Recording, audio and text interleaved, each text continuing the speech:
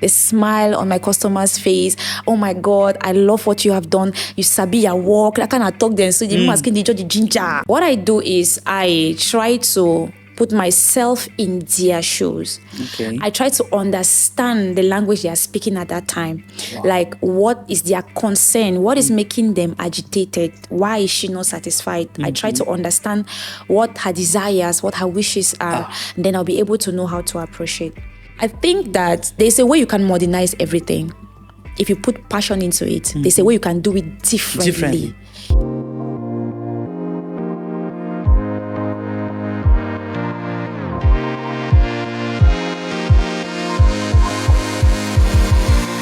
Clicks of Influence. And yes, once again, you're welcome to the Clicks of Influence podcast. I am Bertrand AWA. And of course, today joining me, we have Sabine. Yes, Sabine in the house. You know, we've been planning to have this conversation for a very long time. And yes, thank God we are here today. And we're going to be discussing something very important with Sabine. I'm going to get to that very soon. But first of all, how are you doing today, Sabine? I'm perfect. Oh, I can see that. All right. So on the Clicks of Influence podcast, we discuss creativity. We discuss, entrepreneurship. Yeah. And of course, the business of creativity. And you being a professional hairstylist and braider, I know a lot of people out there, you know, they've seen you, or even if they've not seen you from this podcast, definitely they'll be seeing you. Hopefully. And they should get some interest or already have some interest and would like to know more about the braiding business. So let's start by getting to know you. Who is Sabine? Okay. First of all, I'm just so honored to be here. I feel excited from within. I couldn't wait. Like, I was so excited anyway from the beginning.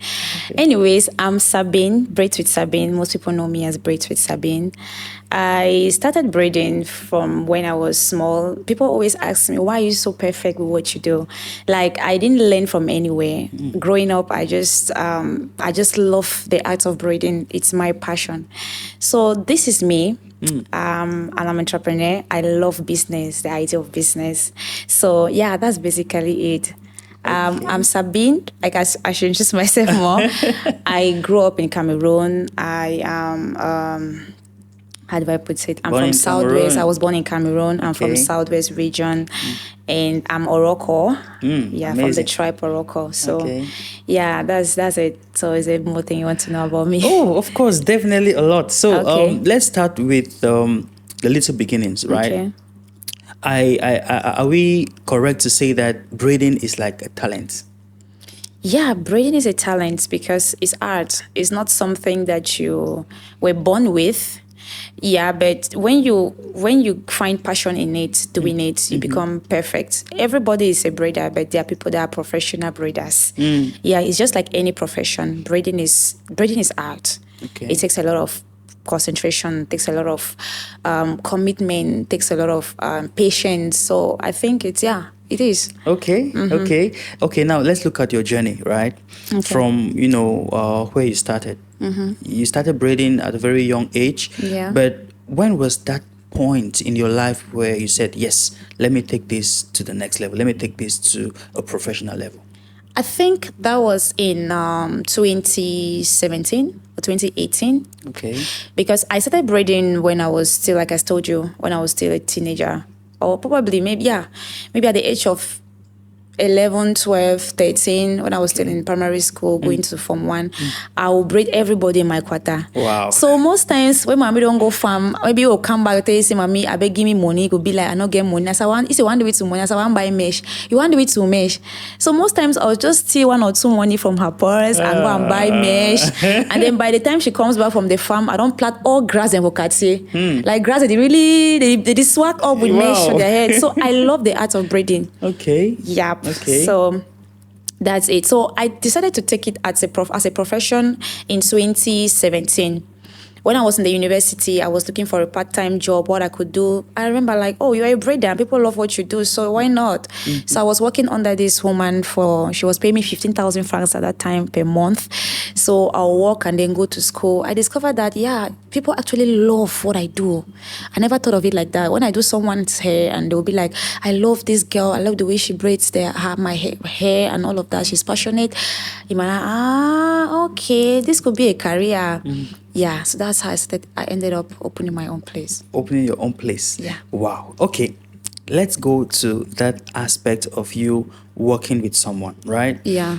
I understand that when you're working with someone, there's some restrictions. There are certain things that you're not allowed to do, and you're requested to be at work at a particular time and close at a particular time. What have you noticed is the difference between working for someone and actually owning your own business? What an amazing question. I think the challenge is that there is no freedom of growth. When you're working for someone, there is no room for growth because you're working on your schedule, you're working on their time, because you cannot improvise on many things, you're limited. And then you really have time to, have plans for many things, go out there, and achieve many other dreams and all of that. But when you're an entrepreneur, you have your own business, you have your own things running, there's room for growth. You can innovate, you can do many things. You have the time of your own to actually want to bring new ideas into your business. So that's the difference. You are the boss of your own, so you have the ability to make best decisions for yourself and all that. And this will definitely come with difficulties as well. You now you now need to take care of the rent. Of course. If you're renting, of course. you need to take care of buying equipment. It's challenging. Very challenging. Yeah. At the end of the day, it has its own disadvantages. So, but we cannot focus on that. Everything has its disadvantages. Even if you want to work for someone, you cannot work with them forever. Of course. The pressure. You have to be at work at a particular time. You close at a particular time. You have little or less contribution to make to the growth of that business, depending on who you're working with. So I think that if you are to choose your challenges, you choose it wisely. Yeah. So that's it. That's very deep. Because Exactly. Because in both scenarios we have challenges, right? Exactly. If you are an employee, if you're working for someone, that comes with challenges. A lot. If you are an entrepreneur, you also have challenges, right? But then you need to choose. You have to choose wisely. Wow, sure, yeah. that's amazing. That's amazing. Thank okay, you. now let's look at your parents, right? I know you had challenges with your mom. Leaving the house. Getting to braid people around. And was there a time in this journey, right? Yeah. Where your mother was like, you don't have to do this. You need to go to school, study well, become a doctor, become a lawyer, become something. Did you have such an experience? That woman, I grew up just with my mom. That woman never thwarted me on anything. She just wanted me to do what I want to do. Wow. Yeah. So she believed in me so much. She believed in me because she's dead now. May I so rest in peace. She believed in me so much. And whatever I do, she just finds confidence. She just believes that no, I can do it. I was intelligent in school. I was not distracted, never distracted. Wow. So people always tell her your child is intelligent, she's smart, she's hardworking, she's this at that tender age. So whatever I do, she just supports me. But the only thing that she never liked was the fact that I was being used. Maybe that time she considered it as being used because I was just a teenager growing up and I was doing so well with braiding, and all the big sisters, aunties in quartiers, they just want me to touch their hair. I'll be there and working from morning till night. I didn't have any issue with that. But then that's just it. But I've never had any challenges so far. I mean, that's typical of parents, right? Yeah, of course. Typical of parents in the sense that they want to protect their children, of right? course, they don't want their children being used, of course, and all of that. That's I mean, totally every parent. totally understood. Okay, so let's look at client relationships, right? Yeah. You've definitely dealt with a good number of clients. Yeah. We're going to look at some of the struggles, some of the challenges that you've had with your clients. Okay. But let's start with, how did you get your first clients? I mean, when you got professional, right? I know starting, you needed to do free jobs, just braiding people that were willing as But models. when you got into being a professional, starting your brand, can you tell us how you were able to, navigate getting your first client? How was your experience like? Okay, this takes me back to 2018 when I opened my first salon. Like I told you, I was working under this lady, and like my experience there was very motivating because I had people while I was braiding under her. She loved me so much that she'll give me a lot of work to do because most of the clients when they come there they'll choose me. So at that point, I was already having a client base. People were like, I was like, okay, maybe if I get my own place, the clients were the ones encouraging me, like you should get your own place. I mean, you're working here. That was not a problem for me. I was not like, I'm looking at my madam's money, I want to go and open my own place at that time. No. But I just love the art of braiding to an extent where I felt I just wanted to feel that fulfillment of being independent. So I opened my first place. Mind you, the first day was one small container in Boya back in 2018 in Third Malingo. The first day I actually opened my salon, I had 5 clients. Wow. So ever since that day, it has been a kick off for me, like back to back. I worked that day from 6 a.m. and I closed 2 a.m. the next day. Whoa. Just alone. I wanted to do everything out of excitement. So for me, it was a privilege.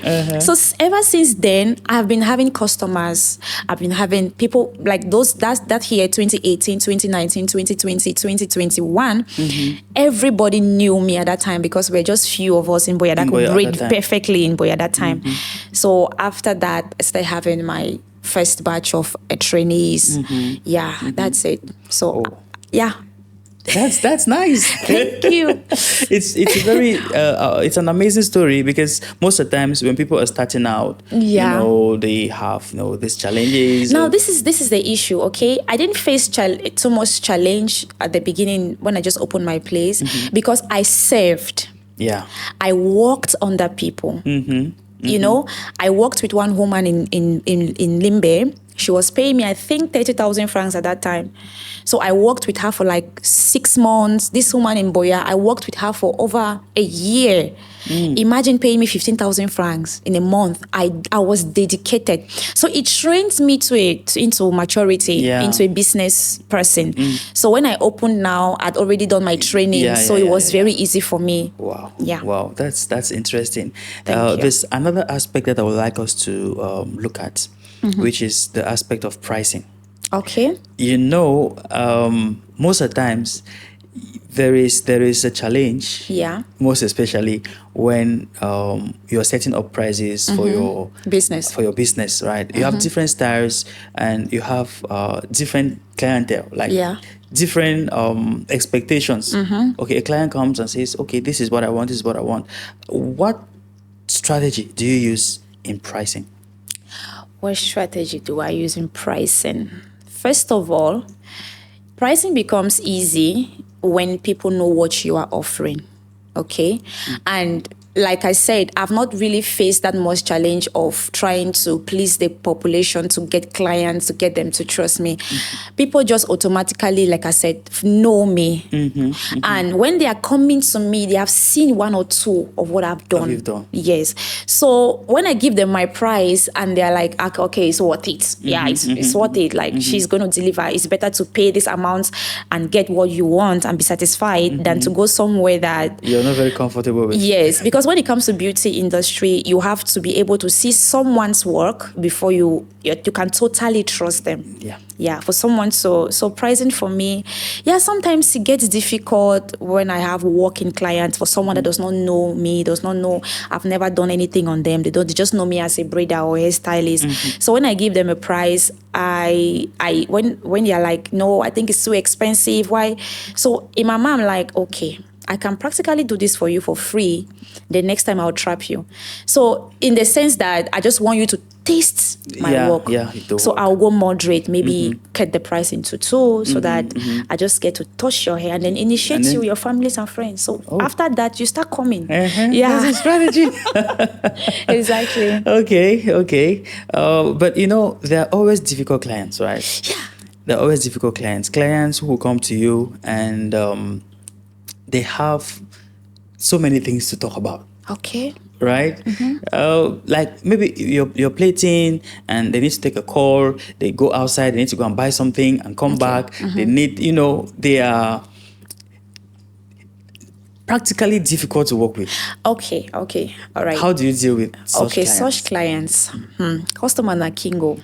Customer na king at the end of the day. It's not easy. Yeah, running a business, first things first. That's the challenge. First challenge here, because people have different expectations. Yes. People come from different backgrounds. People have different attitude. People have different ways of dealing with certain things. And some people transfer aggression. Yes, people transfer aggression. So my massive of vex you can bring an your skin. What I do is I try to put myself in their shoes. Okay. I try to understand the language they are speaking at that time. Wow. Like, what is their concern? What is making them agitated? Why is she not satisfied? I try to understand what her desires, what her wishes are. Then I'll be able to know how to approach it. Okay. Yeah. So when it gets to a particular point, I'm very patient. I'm very patient. No miss any vex. It's very important. Yes, I'm very patient. Okay. So that's what I do. I try my best to put myself in their position, because in another person's business, I'm also a client. So I always feel like, okay, if I treat this person this way, maybe this person is angry. They have the right to be angry. So I try to find out the problem and then I bring a solution. Beautiful. Beautiful. And of course, guys, you're still on the Clicks of Influence podcast. And today we're having Sabine with us, talking to us about hairdressing, about braiding, and how you can actually start off doing braiding. All right. And now, Sabine, let's go back to your brand, right? Okay. Why the name Braidswithsabine? Okay. Braidswithsabine, I chose that name because for me, braiding with Sabine, it's not, I don't see it like giving services to customers. I see it as partnership with my clients. When they come, I'm more friendly with my clients. So Braids with Sabine is like, I'm giving you the opportunity to be able to tell me what you want and I'll deliver to you. Okay. So it's like we are doing it together. It's not like Braids by Sabine, no. Braids with Sabine means that we are in this together as my client. It's a collaboration. You tell me what you want, I give you what you want. It's not like it's a place where you come and I impose on you. No, it's a collaboration. That's why I choose the name Braids with Sabine. That's really inspiring. Thank you. Because there are a good number of people who choose names, and when you ask them why the name, they struggle with that, right? Start looking for answers. And when it comes to branding, your name speaks volumes. Yeah, of course. Your name speaks volumes. You need to know why you choose the name, the inspiration behind the name. Because at times people patronize you not just because of who you are, but what you represent. That's true. What does your brand represent? Apart from braiding, what is the experience? What's the story behind your brand? All right. Okay. Yes. I think we are getting to know more about Sabine, and it's really, really interesting to note that there is someone who is doing braiding, and she's been doing this for, I think, from 2018 to now should be a little over 7 years. 7 years. Yeah. That's amazing, and kudos to that. A lot of businesses don't go past the threshold of 5 years. Okay, yeah, for sure. Most startups. There are a lot of businesses that have been people start businesses, but when you see a business that has gone through the highs, the lows, and then COVID. COVID. Jesus. I mean, it's a lot of determination, right? Yeah. So I want to talk about your motivation. Okay. All right. About your motivation. There are times definitely that maybe your hands are, I need to rest, but there's a client. How do you stay motivated? I stay motivated when people hail me, like, hi, that's my hair. It is this spark that it brings to me. Okay. Like, when I do people's hair, money is secondary. Okay. Money is important when it comes to business. That's the main reason why we do business. But for me, it's secondary because I love to satisfy people. When I do something, I'm a perfectionist. I love to do someone's hair and they're like, yes, Sabine, you remember this hair you did for me in 2018? I used this hair on. See, there's one girl, she texted me like, my husband now proposed to me because of this particular hair. So I'm coming back to do this hair again.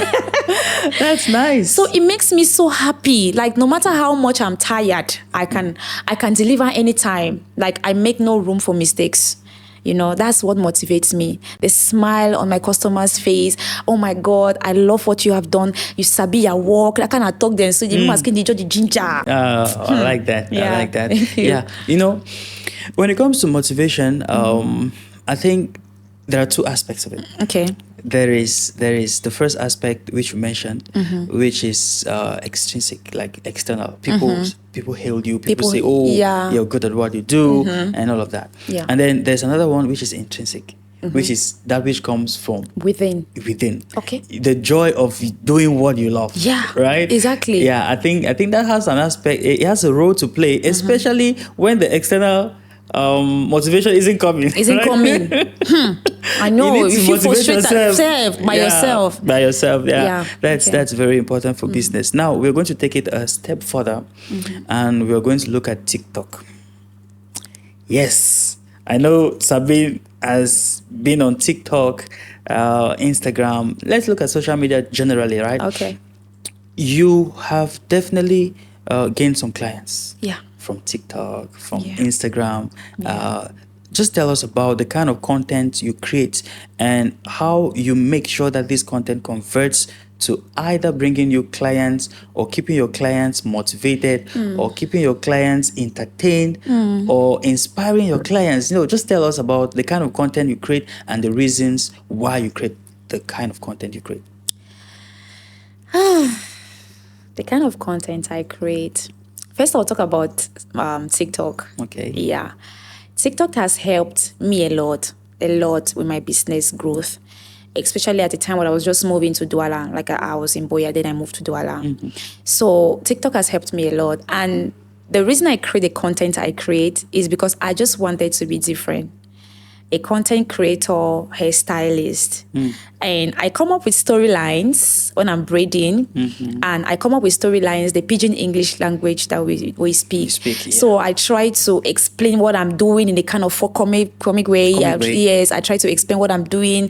I try to talk about funny stories on my videos and all that. The first day I did that, I went for home service and I had my footages. So when I did my voiceover and I posted, I was like, the reactions I got, like in an hour, I had 6,000 views. Wow.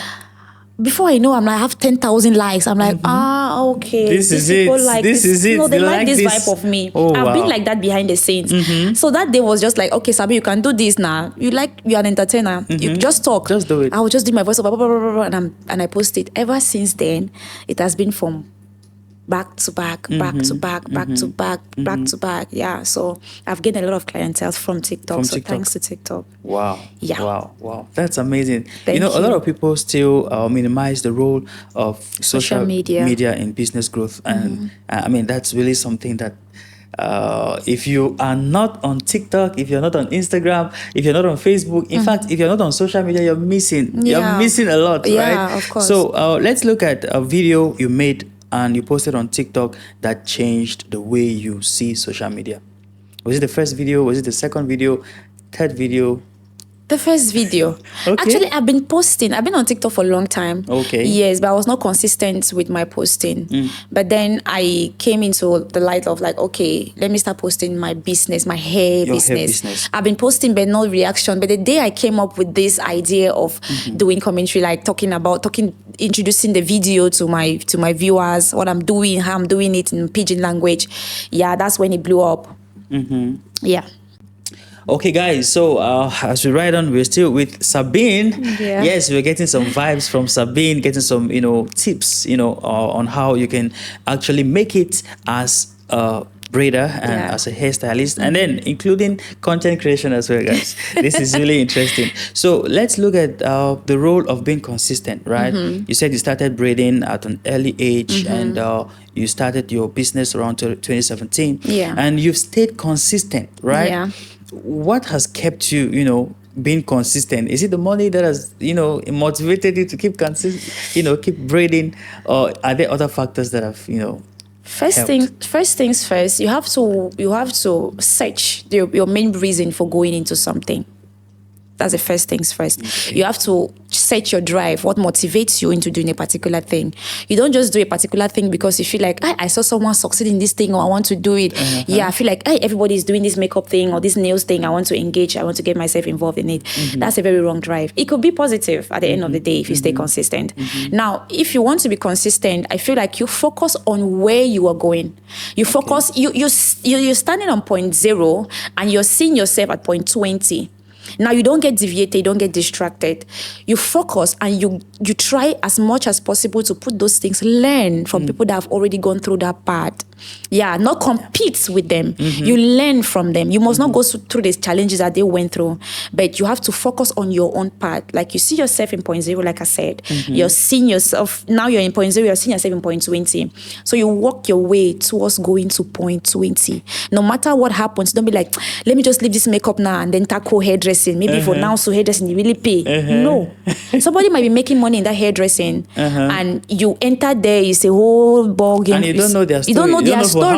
For how long they have been doing that. Yeah. Because somebody might see me today, they just know me last year on TikTok and they think that's when I started. I have a story, I have a journey. Yeah. So to stay consistent, believe in what you do first. You see your vision, nobody else will see it for you. That's true. Exactly. Because if you don't do that, you're going to be confused and along the way you're going to be deviating from one thing to another. I think that's what is happening mostly in our beauty industry. I don't know if it's only Cameroon that is facing that. I see a lot of upcomers beauty in these beauty industries. They just want to do it like this. They just want to make it like this. They don't want to serve. They don't want to learn. They don't want to understand the challenges that are involved in that field. You have to first of all be aware of the challenges involved in that field. Okay. You don't go into something because you feel like people are doing it, they're making money. Phew, let me just do it. And then you just do it. You just do it. No. That's not how it works. Oh, wow. So basically what you're saying is that for you to get into something, you need to get a reason why. A reason why. Yes, you need to get a goal. Like, okay, this is where I am. Yeah. I like doing this, and this is where I intend to be. Yes, right? yeah. And then along the line, you definitely have challenges. You don't deviate. Don't deviate. Yes. Or don't give up. Never give up. Never give up. Never give up. Yeah, you stay consistent. I know it's not easy. It's definitely not easy. Sometimes you didn't see me in that career for war. Oh, wow. Yeah, it's not easy. But then you just have to push. Yeah. Because even just knowing what you want. Just knowing what you want. Wow. Like now, like I'm thinking, okay, I'm someone that likes to innovate. I like to do multiple things. I don't know how I can explain that in English. Multiple things. Like multitask. Okay, so now I'm doing braiding. Okay. And I feel like, okay, I've exhausted every part in braiding. Like I know every corner, I know my so I want to engage in maybe hair shaving, how to shave ladies' hair, how to do it in a professional way. Yeah, there's this guy in Tanzania, he's really good. So now I'm already excited. I'm not seeing like I'm seeing how it's going to be in the next 5 years. Okay. What I'm going to do with that part in the next 5 years. Merging everything together, braiding those that have low hair, I can still attend to them. Wow. So I know it's going to be challenges. So I'm ready. I'm prepared for face those challenges. Now I'm focused on what I'm serving people in the next 5 years. And then from there, you can now take it to the next level. To the next level. Okay. So now let's talk to someone who is passionate about braiding. What do you have to say to encourage people who are passionate about braiding and who intend, getting into this industry? Okay, first of all, over the years, like before, hairdressing was something that it was regarded as someone that didn't go to school. Like people that get engaged in hairdressing are people that are illiterates, people that didn't go to school, people that are frustrated in life, people, understand that. Yeah. It was not regarded as a noble profession or something. No, it's just like, most people are discouraged about that career. They feel like maybe a whole meal my degree or a whole meal with this. People be thinking that not go to school and all of that. I think that there's a way you can modernize everything if you put passion into it. There's a way you can do it differently. Yes. So I want to encourage someone to start from somewhere. That's the most important thing. Okay. You have to start from somewhere. Even if it means giving your craft for free. Yeah, just to make sure you get people to know you. And before you try something, make sure you already know, you have studied it. Yeah. Like, don't just go and do a style on someone's hair because you feel like you're doing it for free. It might spoil your business. It might end up discouraging you. Make sure before you engage in it, you try to learn how to do it perfectly. Different ways of doing it. So when you do it on someone, it's easy. That's perfect promotion for you. Okay. So as we ride in, I would like us to talk about supplies and tools needed for someone who wants to start braiding. What are the necessities? Okay, first things first, you have to be able to use good products. I like my field because our stuffs are not expensive. It's very easy to set up a hairdressing parlor. Just maybe with your mirror, your comb, your brush, your wax, your gel, and that's just it. Your hair oil, your mousse, your shine spray, that's it. That's just it. I don't think so it costs up to even 20,000. Oh. Or 30 if you have your mirror. Yeah, that's it. Okay. And it's something that you can actually start from home. Yeah, you right? can start from home. Yeah. Yeah, you can start from home. So, I mean, the startup cost for this is not too much. No, it's not so much. Except you want to now take it to the next level. The next level. Yeah. So, but starting is... Yeah. Because I will not advise you want to start braiding, you don't have clients, you go and open a big shop. Yeah. Obviously, start from the house. Yeah, you start from from home. And you can actually do home service. Exactly. Where you go to someone's place and then you braid them there. And so most importantly, you need to know how. Yes. Yeah. You need to know how to braid. Yeah. All right. So yes, Sabine is here with us and she's in Dubai. I would like to find out from you, what is the inspiration, traveling from Cameroon to Dubai and still focused on doing what you do best? What prompted you to make that move? To come to Dubai? I guess just enjoying a small shayo. The thing I say, I was here 2 years ago, like 1 year, 8 months ago for a vacation. Oh, wow. Like I said, I was motivated by my followers online. Like, they were just, everybody, like last time I came here, it's like every Cameroonian I meet, like, your Braidswithsabine. Oh my God, I love your videos on TikTok. I'm like, I'm a celebrity. Of course. So when I came here, I had a few bookings and people wanted to learn. They were like, okay, please come to Dubai. Please, we want to do our hair. Most of my comment section, people from Dubai, they were texting me, please come to Dubai. We are going to make it here and all of that. So the first time I came, it was purposely for vacation. Okay. So when I came, I had a few clients, I had students that I trained and then, did a few home service. But strictly, it was just for my own enjoyment. Okay. Yeah, I loved city the first time I came. I still love it here. So I was like, okay, let me go again this second time. And this time around, I came with a freelance visa. Okay. So I'll be able to move in and out of Dubai. Yeah, with no stress. Okay. Yeah, so maybe when I have bookings here, it will be easier for me to come in. Yeah. And then eventually, I was hoping that I could get a salon here. Okay. Yeah. That's a good one. Yeah. So eventually, I was hoping to get a salon here where I can bring my workers and then, Yeah, that's a big one. Yeah, Dubai people. Yeah, Sabine is in the city. Not leaving for middle water. Yeah, Sabine is here. And so if you're in Dubai and, you need any of our services, if you need training. Yes. I'm She's here. right here. And at the end of this episode, we're definitely going to be linking your social media handles and how you can definitely get to Sabine. Yeah. And now, as we're rounding off, I just wanted to talk a little bit more about, a take-home message for someone watching this video. What would you have to tell them? I'm so happy. I'm so happy being here. Thank you for watching right up to this point. Thank you. I appreciate. Anyway, I'm Braidswithsabine, like you all know. If you don't know me, I'm a braider.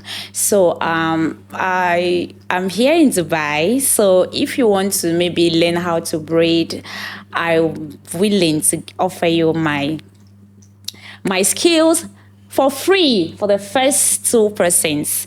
And then if you're interested to carry or wear my braids on your hair, I'm so much available. And if you can contact me through Yes, of course. I'm going to be leaving Okay, the, yeah. the contacts in the My- description of this video. My social media handles. So Yes, that's definitely. basically it. So I'm available. I'm here in Dubai for you girls. So that's it. And who will you want us to have on this podcast next?